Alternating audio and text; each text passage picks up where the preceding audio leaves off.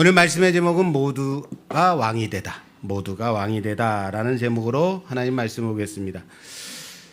사도행전 강해가 끝나고 이제 한 2년 전에 횟수는 3년이에요. 3년 전에 했던 사사기 강해를 이어간다라고 할 때 그냥 이어가면 여러분들이 따라오지 못할 것 같아서 수요 예배하고 주일 오후 찬양 예배 때 제가 사사기 다시 보기를 했단 말이에요. 사사기 되짚기 했단 말이에요. 그러면 또 여러분들이 맞아, 이제 사사기 강해를 하니까 이걸 따라오려면 이걸 꼭 들어야지라는 이 사모하는 마음으로 이 자리에 계신 분들이 다 있을 줄 알았어요. 아무도 없었어요. 거의 한 달 동안 했는데 별로 들으신 분이 없어서, 그래서 수요 예배하고 주일 오후 찬양 예배 때 했던 사사기 되짚기, 이 부분은 오늘은 좀 다시 되짚어야 된다. 왜? 대부분의 성도님들이 모르시니까, 다 까먹었으니까 우리는 그런 은사가 있다.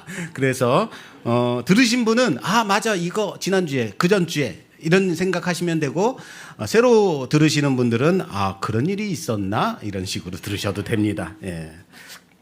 자, 우리가 룻기 다시 보기를 그 사이에 했단 말이에요. 그리고 마쳤죠. 이제 우리는 다시 사사기로 돌아가게 됩니다. 우리가 사사기를 3년 전에 19번에 걸쳐서 봤어요. 어디까지 봤죠?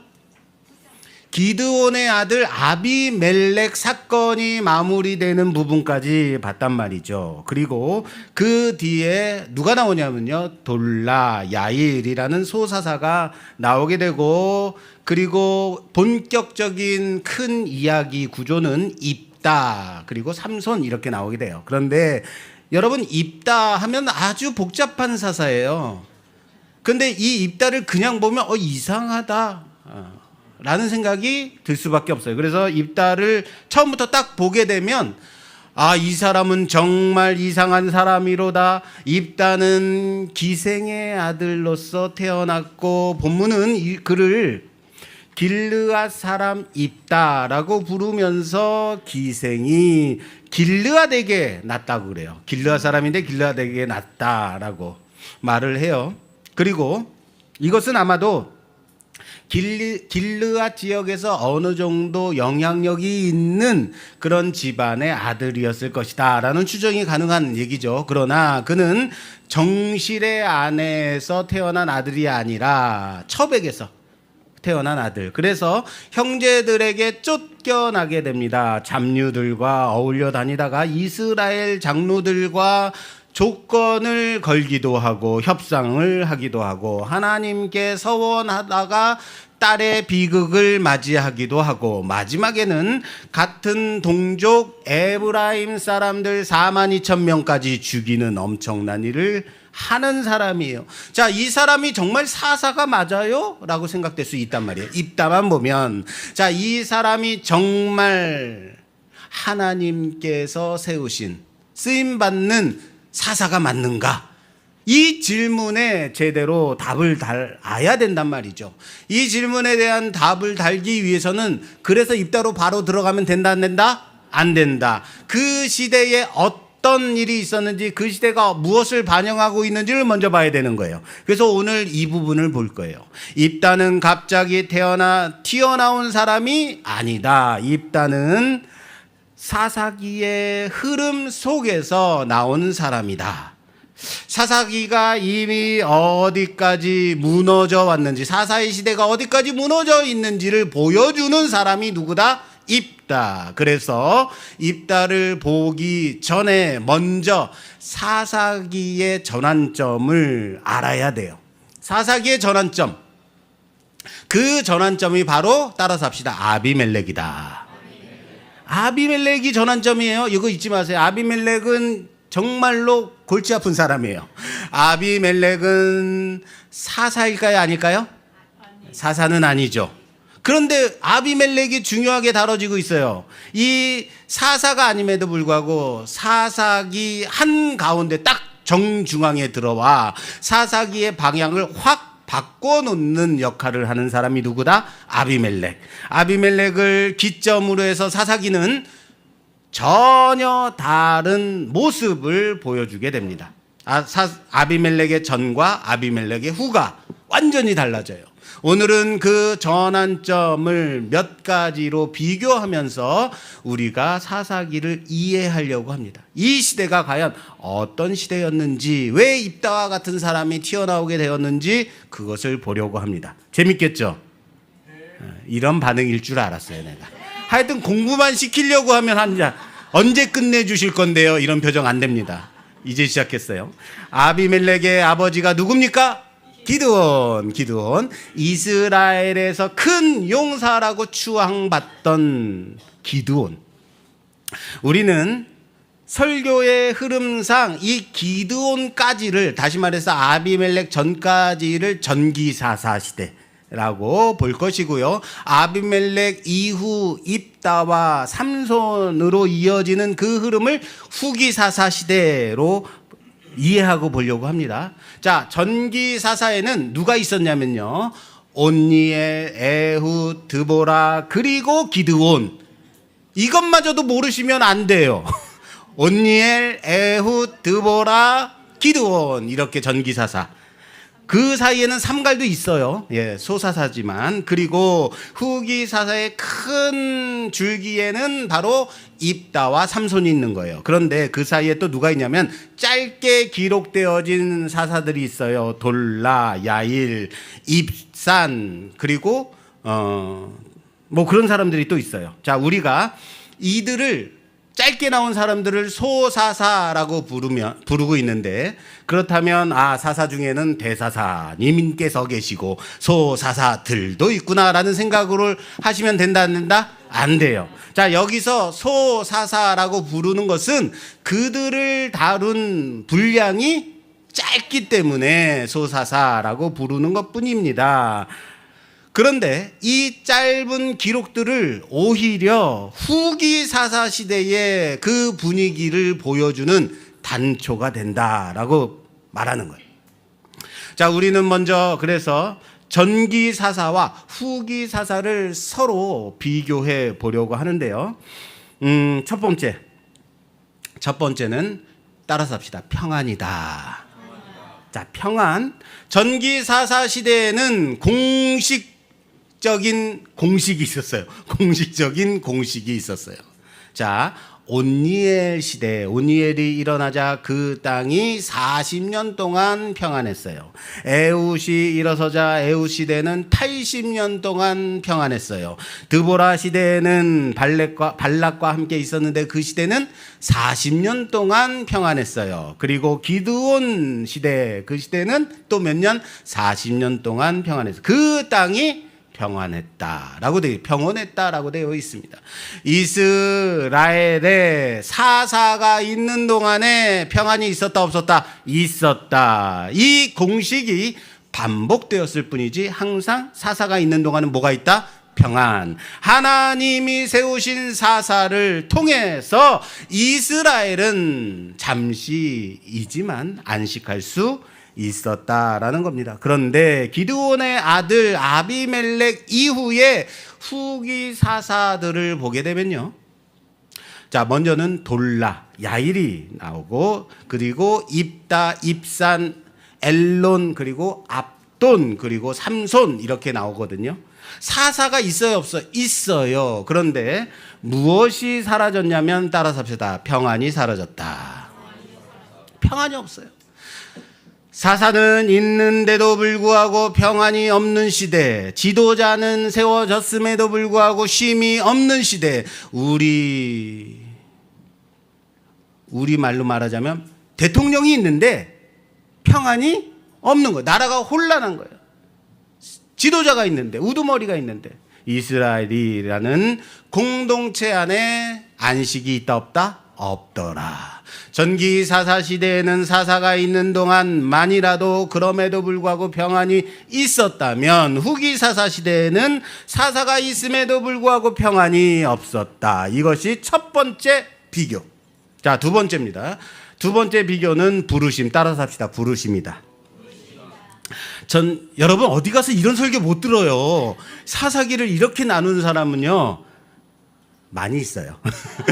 네, 또 교만하다가 할까봐. 자, 전기사사들을 보게 되면 에웃은 왼손잡이로 나오죠. 예. 히브리 원문에서 이 왼손잡이라는 말은 오른손이 묶인 자, 수요 예배 때 들으신 분이에요. 묶인 자라는 의미를 갖고 있어요. 일종의 장애로 볼 수 있는 여지가 있는 표현이에요. 자, 당시에 사람들이 보기에는 결함이 있는 사람, 에웃인 거예요. 그러나 하나님은 그 왼손잡이 에웃을 붙잡아서 사용하셨다. 할렐루야. 자, 드보라 하면 여자 선지자예요. 여자 선지자 드보라, 이스라엘을 재판하고 있었습니다. 남자 지도자 바락이라는 사람이 군대 장관이 있음에도 불구하고 자, 나가서 싸우라 했는데 하나님의 말씀을 듣고도 드보라, 당신이 함께 가지 않으면 나는 결코 나가지 않겠습니다라고 말할 정도로 당시에 멀쩡한 사내가 있었다 없었다? 없었다. 그래서 여자까지 들어쓰셨다라는 드보라 시대. 자, 기드온은 더해요. 그는 미디안을 두려워해서 포도주 짜는 틀 속에 들어가서 몰래 밀을 타작하고 있어요. 미디안과 맞서 전쟁에 나갈 그릇이다 아니다? 아니다. 그런 모습을 찾아볼 수가 없는 사람이 기드온이에요, 원래. 그런데 여호와의 사자가 그에게 나타나 뭐라고 말씀하세요? 큰 용사여, 여호와께서 너와 함께 계시도다. 할렐루야. 이게 중요한 거예요, 여러분. 기드온이 큰 용사였습니까? 아니요. 기드온이 큰 용사였기 때문에 하나님이 큰 용사라고 부르신 것이 아니라 하나님이 큰 용사라고 부르셨기 때문에 기드온이 무엇이 되었다? 큰 용사가 되었다. 할렐루야. 자, 결함 있어 보이는 사람도 부족해 보이는 사람도 있습니다. 사사 중에. 사람들 눈에는 전혀 그럴 만한 사람으로 보이지 않는 그 사람도 하나님이 부르시면 쓰임 받는 거예요. 구원의 역할을 하는 겁니다. 누가요? 사사가.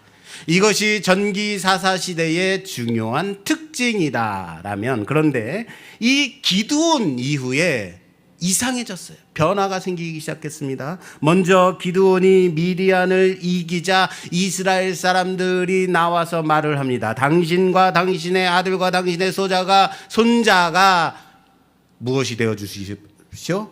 우리를 다스려 주십시오. 당신이 우리의 왕이 되어 주십시오라고 청합니다. 게다가 아들과 손자까지니까 뭐예요? 세습 왕조를 세워 주십시오라고 말하는 거죠. 기드온은 내가 너희를 다스리지 아니하겠고 나의 아들들도 너희를 다스리지 아니할 것이다. 멋지죠? 여호와께서 너희를 다스릴 것이다. 할렐루야. 이게 진짜 고백인 거예요. 얼마나 멋진 고백입니까? 나는 왕이 되지 않겠다. 내 아들도 너희의 왕이 되지 않을 것이다. 단지 왕은 하나님이시다. 여호와께서 너희를 다스릴 것이다. 그런데 문제가 뭐냐면요, 그 다음이죠. 기드온은 말로는 왕을 거절했지만 그의 기드온의 삶을 보니까 점점, 따라서 합시다, 왕처럼 살아가더라. 금 귀고리를 달래요. 금 귀고리를 달래서 금 에봇을 만듭니다. 그 에봇은 이스라엘에게 올무가 되었다라고 말씀하고 있습니다. 아내가 많았다고 합니다. 얼마나 많은지 숫자는 나오지 않지만 아들이 몇 명이냐면 70명. 세겜의 첩도 있대요. 우리 남자 성도님들 부러워하시는 겁니까? 말로는 왕이 아니라고 했는데 아들이 70명이면 도대체 아내들이 몇 명이라는 거예요. 그죠? 삶의 방식은 왕처럼 살아가더라.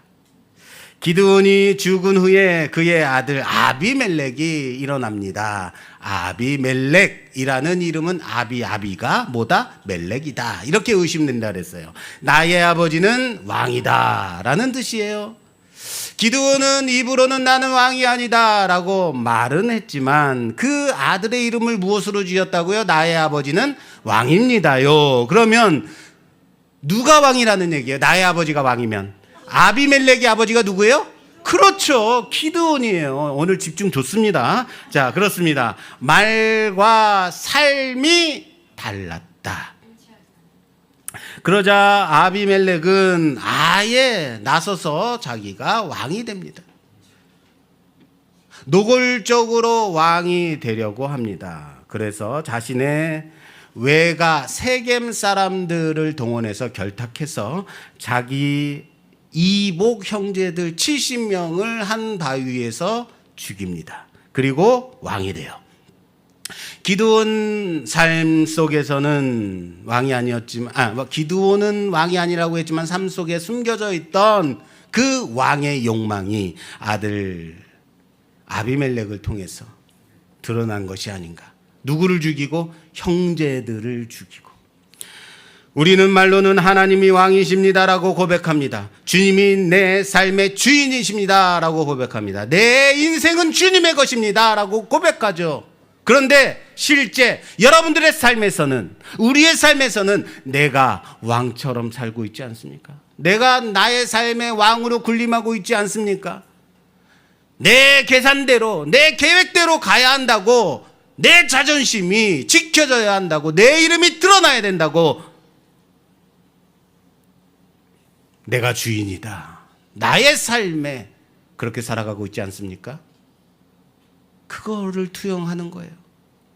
말로는 왕이 아닙니다 라고 하지만 삶으로 왕처럼 살아간다면 결국 여러분 어디선가 우리에게도 아비멜렉이 튀어나와요. 내 안에선 그 숨겨진 욕망, 욕구, 내가 주인 되고자 하는 그 욕구가 아비멜렉으로, 내 가정에서 나오든 내가 속한 공동체에서 나오든 결국에 어디선가 하나님을 왕으로 섬기지 않고 내가 왕이 되는 그것이 드러나게 된다는 사실을 잊지 마시길 바랍니다. 그리고 아비멜렉 이후 사사들의 모습을 한번 볼까요? 완전히 이젠 달라져 있어요. 그게 후기 사사입니다. 우선 소사사들을 한번 볼게요. 소사사들 돌라. 아비멜렉의 뒤를 이어서 사사가 됐어요. 아비멜렉의 뒤를 이어 일어나 이스라엘을 구원하니라. 끝. 이 한 가지 더 돌라고요. 어떻게 구원했는지, 누구와 싸워서 구원했는지, 하나님이 어떻게 부르셨는지가 있다 없다? 없다. 그리고 23년 동안 사사로 있다가 죽었다. 끝. 자, 10장 한번 볼게요. 자, 10장 3절에서 5절까지 한번 봉독해 주시겠어요? 그 후에 길르앗 사람 야일이 일어나서 22년 동안 이스라엘의 사사가 되니라. 그에게 아들 30명이 있어 어린 낙이 30을 탔고 성읍 30을 가졌는데 그 성읍들은 길르앗 땅에 있고 오늘까지 하봇 야일이라 부르더라. 야일이 죽음에 가몬에 장사되었더라. 아멘. 자, 야일이 나와요. 야일은 아들이 30, 어린 낙이 30을 탔고 성읍이 30. 야일 타운이 있던 사람이에요. 야일시 뭐 이런 식인 거예요. 아들 30, 낙이 30, 성읍 30. 이게 사사라는 거예요. 사사의 삶을 이걸로 지금 증명하고 있는 거예요. 다른 거 증명해야죠. 그런데 내가 아들이 30이야, 낙이가 30이야, 성이 30이야. 아들마다 뭘 줬다는 거예요? 성을 하나씩 줬다는 거죠. 이게 사사에 대해서 말할 수 있는 전부예요. 이건 여러분 사사입니까? 아니면 지방 군주 얘기입니까? 왕이라는 이름이 없지만 이미 왕처럼 살아가고 있는 사사. 자, 입산 볼까요? 입산은 아들이 30명, 딸이 30명, 그리고 밖에서 며느리, 이방인들에게서 며느리를 30명 데려와서 아들을 결혼시키고 딸들을 바깥으로 30명을 내보내서 바깥에 결혼시키고. 엘론은 10년 동안 사사로 있다가 장사된다. 끝. 압돈, 아주 압돈이에요. 예, 아들 30명, 손자 30명 있었고 그들이 어린 낙이 며칠 탔게요? 60을 탈 것 같은데 70을 탔대요. 그 이상을 탔다는 거죠. 예, 필요 없는 소비가 더 있다는 거죠. 이게 소사사들에 대한 성경의 설명 그 자체라면 무엇이 보이십니까, 여러분? 왕이라고는 이름하지 않았지만 그럼에도 불구하고 왕처럼 살아가고 있는 모습의 사사들, 소사사. 지방 군주처럼 지방의 왕권을 가진 자처럼 자기 집안을 확장시키는 데만 혈안되어 있고 자기 세력을 넓히고 자기 이름을 남기는 사사들, 이게 후기 사사들이라는 거예요. 그리고 이 소사사들에게서 결정적으로 전기사사와 차이점이 있어요. 뭐예요? 누구와 싸웠는지가 있어요, 없어요? 없어요. 누구와 싸워야지 하나님이 사사를 세울 거 아니에요. 누구의 압제하에 있었기 때문에 이스라엘이 부르짖으니까 사사가 일어나는 거 아니에요. 근데 누구랑 싸웠다가 없다. 물론 처음 나오는 돌라에게는요, 이스라엘을 구원했다라는 말이 있기는 해요. 그런데 누구와 싸웠는지가, 어떻게 구원했는지가 없어요. 야일, 입산, 엘론, 압돈 다 싸움의 대상 자체가 보이지 않는다는, 이거 엄청난 특징이죠. 외부의 압제가 있었는지, 이스라엘이 부르짖었는지, 하나님이 사사를 세웠는지 없어요. 하나님이 세우셨다? 없어요. 전기사사와 완전히 구조가 다른, 다시 말해서 하나님이 세우지 않았다면 누가 했다는 거예요? 스스로 사사가 되었다라고 볼 수도 있죠. 그냥 나타나서 사사가 되는 거예요. 자기 집안 이야기가 나오고 있어요. 몇 년을 지내다가 죽어 장사된 것, 이것뿐이다라는 겁니다. 그러니까 사랑하는 여러분, 소사사들은 하나님이 구원의 상황, 그 속에서 부르신 사람이라기보다 스스로 그 자리를 차지한 사람들처럼 보이죠. 하나님이 그를 불러서 세우셨다라는 장면이 전혀 없다. 싸워야 할 대상도 없다. 그런데 사사라고 불리었다. 이게 무슨 말인지 아시겠어요? 하나님이 다스리는 나라에 세상의 권력 구조가 들어왔다. 힘의 논리가 들어왔다라는 얘기예요. 여러분, 이제 사사는 힘이 있으면 되는 거예요. 그 시대. 이것이 후기 사사기의 낯선 모습이죠. 모두가 사사가 되다. 다시 말할까요? 모두가 왕이 되다. 오늘 제목이 그래서 그거예요. 자, 입다 한번 볼까요? 입다. 이제 우리가 입다에 대해서 심도 있게 몇 번에 걸쳐서 보게 될 건데요. 입다 11장, 사사기 11장 1절에서 3절까지 봉독해 주세요. 길르앗 사람 입다는 큰 용사였으니 기생이 길르앗에게서 낳은 아들이었고 길르앗의 아내도 그의 아들들을 낳았더라. 그 아내의 아들들이 자라매 입다를 쫓아내며 그에게 이르되 너는 다른 여인의 자식이니 우리 아버지의 집에서 기업을 잊지 못하리라 한지라. 이에 입다가 그의 형제들을 피하여 도화 땅에 거주하매 잡류가 그에게로 모여와서 그와 함께 출입하였더라. 아멘. 자, 입다를 표현하는 첫 번째 단어가 뭐냐면요, 입다는 큰 용사였다라고 말해요. 입다는 암몬 사람들이 쳐들어왔을 때 이스라엘이 나서서 그럴 만한 사람들을 세우게 되는 거예요. 그럴 만한 사람을 찾게 되는 거예요. 그게 누구다? 입다다. 정확히 나오죠? 하나님이 세우셨다? 아니요. 누가 찾았다고요? 이스라엘 사람들이, 이스라엘 장로들이 큰 용사를 찾은 게 누구예요? 입다. 그런데 하나님이 입다에게 찾아오셨다라는 말이 없습니다. 입다는 이미 사람들에게 큰 용사로 알려진 사람이다. 그래서 장로들이 찾아와서 우리의 우두머리가 되어 주십시오. 전쟁이 있습니다. 누가 필요한가? 큰 용사. 큰 용사가 누군가? 있다. 이렇게 된 거예요. 전기 사사들은 하나님이 부르셔서 세워졌다면 어쩌면 세상의 눈으로 봐서는 사사가 될 만한 사람이 아닌 사사 같지 않은 사람들일 수도 있습니다. 그런데 하나님이 부르셨기 때문에 사사가 되었다란 말이에요. 기드온을 부른 이유도 큰 용사였기 때문이 아니라 하나님이 큰 용사로 부르셨기 때문에 큰 용사가 됐다라고.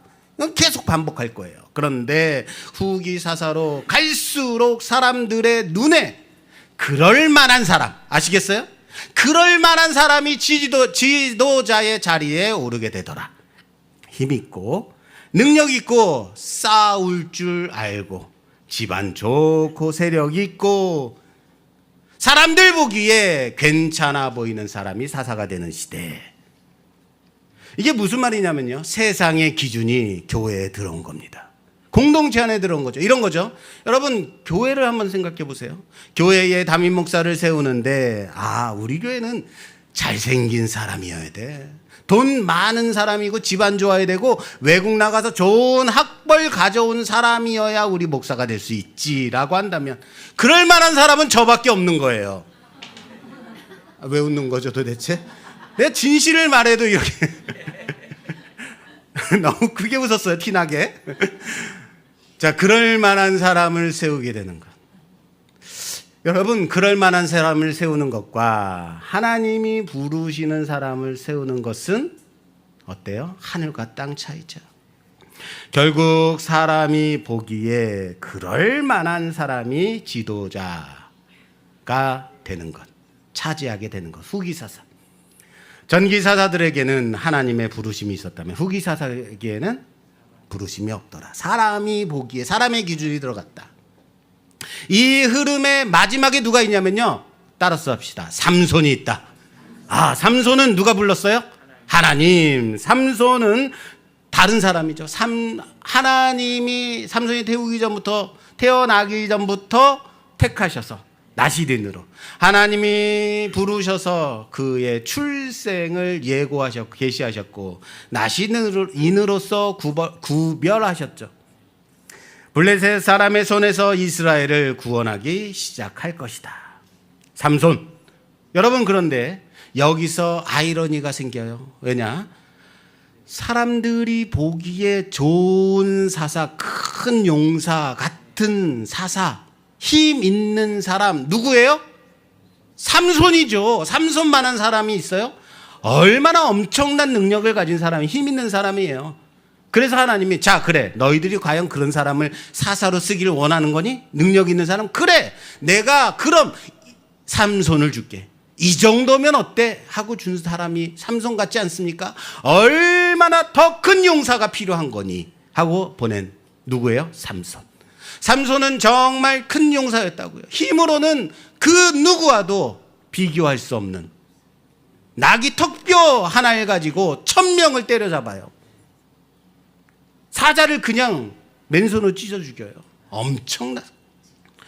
사람들이 원하던 힘의 기준으로 보면 더할 나위 없는, 이보다 더할 나위 없는 큰 용사, 바로 삼손이죠. 그런데 여러분, 이스라엘은 어떻게 했죠? 그를 따랐나요? 따르지 않았나요? 따르지 않았어요. 그를 통해 구원받으려 하지 않았다. 자기 손으로 삼손을 붙잡아서 블레셋에게 갖다 바쳐요. 하나님이 세우신 구원자를 알아보지 못했다. 자기들의 안위를 위해서 원수의 손에 하나님의 사사를 내다 바치더라. 여기서 우리는 더 먼 그림자를 보게 돼요. 뭔지 아십니까? 훗날 하나님이 보내신 참된 구원자 예수 그리스도, 자기 백성들이 알아보더라 알아보지 못하더라, 자기 백성이 영접하지 아니하더라. 예수 그리스도. 아시겠습니까? 이것이 후기 사사기의 깊은 어둠이라고 볼 수 있습니다. 자, 세 번째. 공동체가 공동체에 대한 마인드가 달라졌어요. 전기사사들은 비록 그들이 완전하지는 않았지만 적들에게서 이스라엘을 구원하는 역할을 했어요. 그런데 아비멜렉 이후에 아비멜렉은 자기가 왕이 되기 위해서 누구를 죽여요? 형제 70명을 죽여요. 자기 동족, 자기 형제를 죽여요. 여기서 이미 공동체가 와해되기 시작하죠. 자, 이제 앞으로 우리가 뭘 입다. 에브라임 사람 몇 명을 죽여요? 42,000명을 죽인다고요. 자기 공동체를 깨뜨리기 시작해요. 삼손 또한 뛰어난 사사임에도 불구하고 사람들은 그를 블레셋에게 팔아버리더라. 이것이 사사기의 무너짐이라고요. 그리고 사사기의 맨 뒤에 가면요, 누가 나오냐면 레위 사람의 첩얘기 나오죠. 이때 베냐민 지파를 완전히 없애버리는 데까지 가요. 공동체. 이 흐름은 사사기 마지막에 아주 베냐민 지파를 죽이는데 거의 말살시키는 데까지 가더라. 공동체가 와야 되더라. 하나님이 왕이 아니면 결국 하나님의 백성은 서로를 죽이는 데까지 가더라. 그 메시지가 있는 거죠. 전기와 후기 사사를 우리는 비교해 봤습니다. 기억하십시오. 평안이 사라졌습니다. 하나님의 부르심에 있지 않고 사람의 판단에 있습니다. 그리고 공동체 의식이 사라졌다. 그 중심에 아비멜렉이 있는 거예요. 스스로 왕이 된 자. 이것이 입다가 등장하는 사사기 시대의 흐름인 거예요. 그리고 마지막으로 오늘 본문 마지막으로 좀 보고 말씀 마무리 지려고 합니다. 자, 10장 다시 볼게요. 10장 오늘 본문 6절에서 8절 말씀 봉독해 주시겠어요? 이스라엘 자손이 다시 여호와의 목전에 악을 행하여 바알들과 아스타롯과 아람의 신들과 시돈의 신들과 모압의 신들과 암몬 자손의 신들과 블레셋 사람들의 신들을 섬기고 여호와를 버리고 그를 섬기지 아니하므로 여호와께서 이스라엘에게 진노하사 블레셋 사람들의 손과 암몬 자손의 손에 그들을 파심해 그 해에 그들이 요단강 저쪽 길르앗에 있는 아모리 족속의 땅에 있는 모든 이스라엘 자손을 쳤으며 18해 동안 억압하였더라. 아멘. 자, 이스라엘이 여호와의 목전에 다시 악을 행했다. 여기부터 이제 입다가 시작되는 거예요. 자, 악을 행했는데 이렇게 말하고 있어요. 바알들과 아스타롯과 또 뭐죠? 아람의 신들과 시돈의 신들과 모압의 신들과 암몬 자손의 신들과 블레셋 사람들의 신들을 섬겼다. 자, 차이점 아시겠어요? 이전과 무엇이 확 달라졌죠? 읽을 거리가 많아요. 우상의 목록이 길어졌죠. 이전에는 이스라엘은 바알을 섬겼다라고는 했어요. 근데 이번에는 뭐가 나와요? 바알과 아스타롯과 누구의 신과 블레셋 자손의 신들의 목록이 아주 다양해졌어요. 참 좋겠습니다. 붙잡을 것 많아서 주변에 섬길 수 있는 모든 것들을 다 섬기더라. 도움이 될 만한 것 같은 것들 다 붙잡더라. 하나님 한 분만으로는 불안하더라. 그래서 이것도 붙잡고 저것도 붙잡게 되는, 정작 여호와는 버리는. 우리에게도 여러분 낯선 이야기가 아니에요. 하나님도 믿는다. 하나님도 믿는다.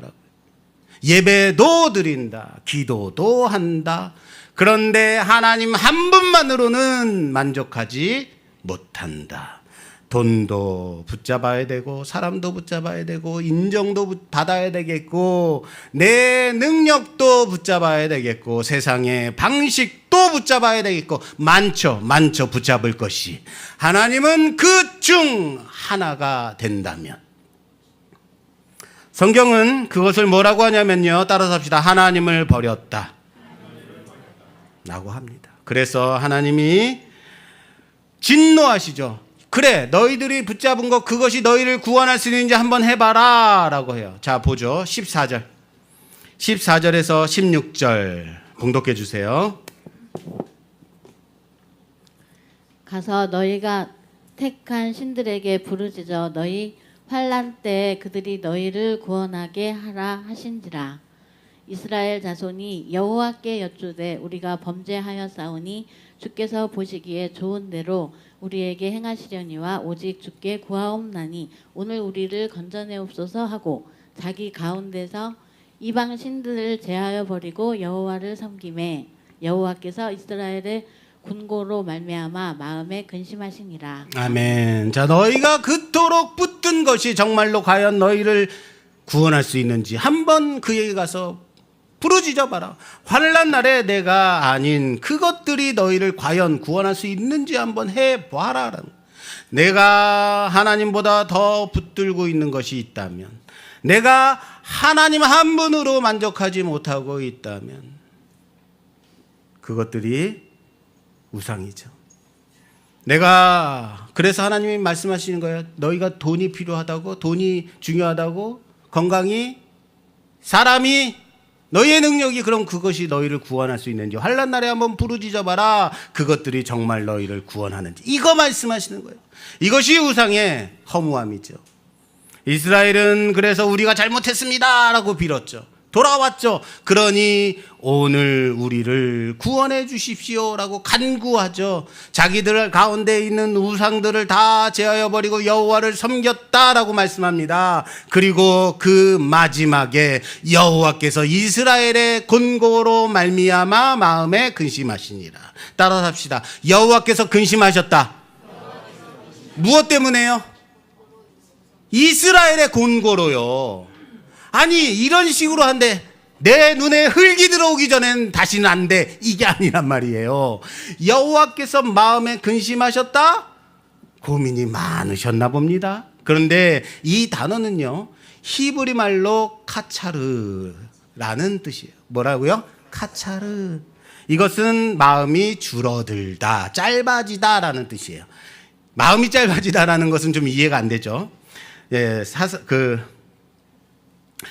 사사기 10장 16절에 나와 있는 이 카차르라는 이 단어는요, 마음이 짧아지다.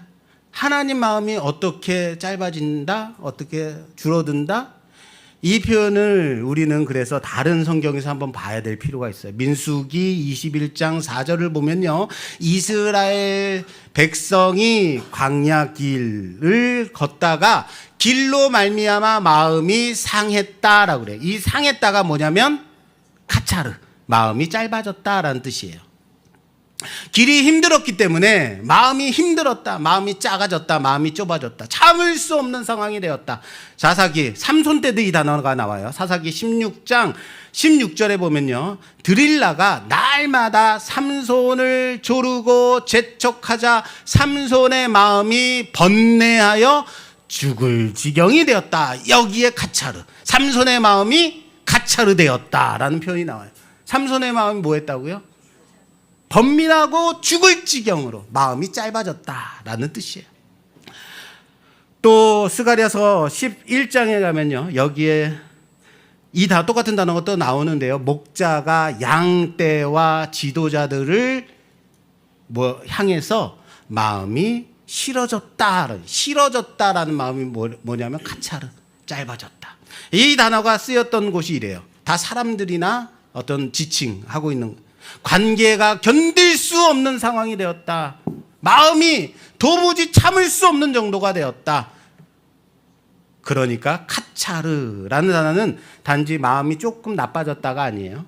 뭐냐면 마음이 작아져서, 짧아져서 견딜 수 없는 지경이 되었다라는 뜻이에요. 그런데 이것이 지금 오늘 누구에게 쓰이고 있어요? 하나님의 마음이. 무엇 때문에? 이거 놓치면 안 돼요. 하나님의 마음이 너희들이 이방신을 섬겼기 때문에 내 마음이 작아졌어가 아니에요. 누구로 말미암아? 이스라엘의 곤고로 말미암아. 오늘 본문에 하나님의 마음을 그렇게 하고, 내가 다시는 너희를 구원하지 않겠다. 니네들이 붙잡고 있는 그 신들에게 가서 부르짖어라. 그랬더니 이스라엘이 우상을 버리고 하나님 앞에 나와서 하나님 잘못했습니다라고 회개했더니 하나님의 마음이 근심하신다. 카차르. 이해되세요?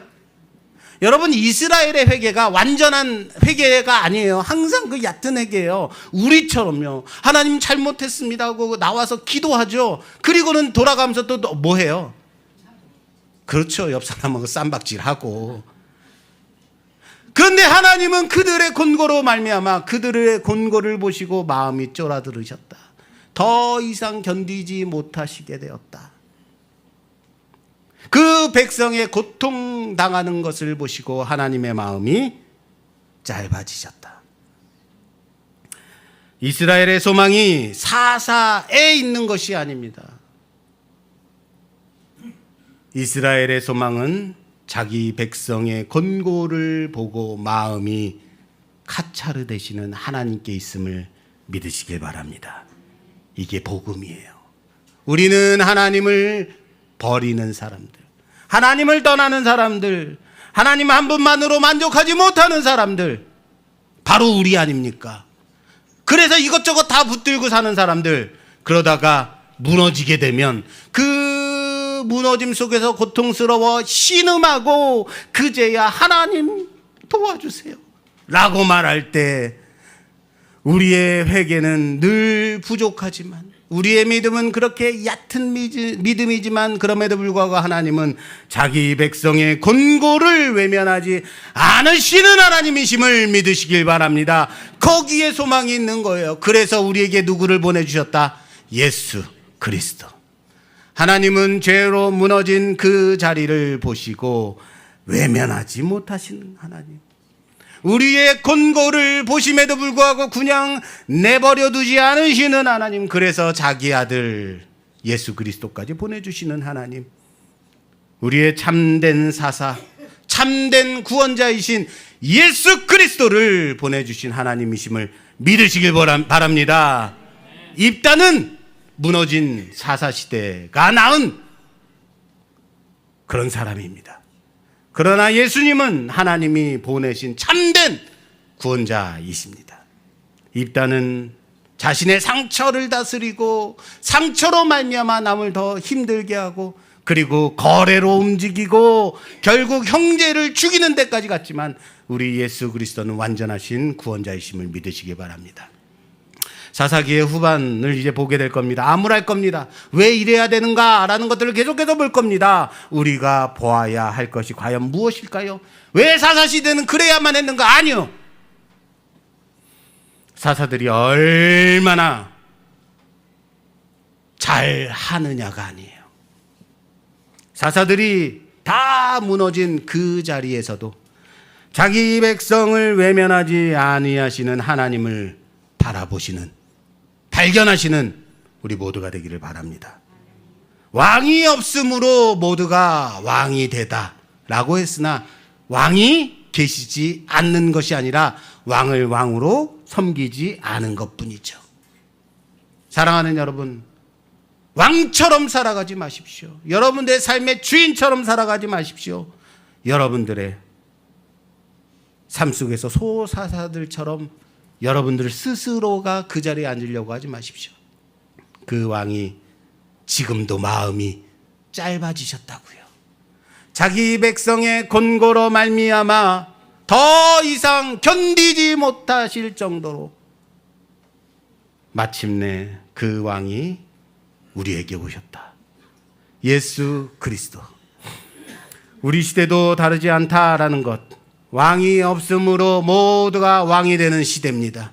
내 뜻이, 내 뜻의 중심이 내가 들어가 앉아있는 그 시대, 내 이름이 높아져야만 하는 시대, 내 판단이 옳아야만 하는 시대, 내가 왕이다라고 외치는 시대. 그런데 그 자리는 예수 그리스도의 자리임을 잊지 마십시오. 우리가 계속해서 볼 때 나는 과연 어디에 서 있는 자인가?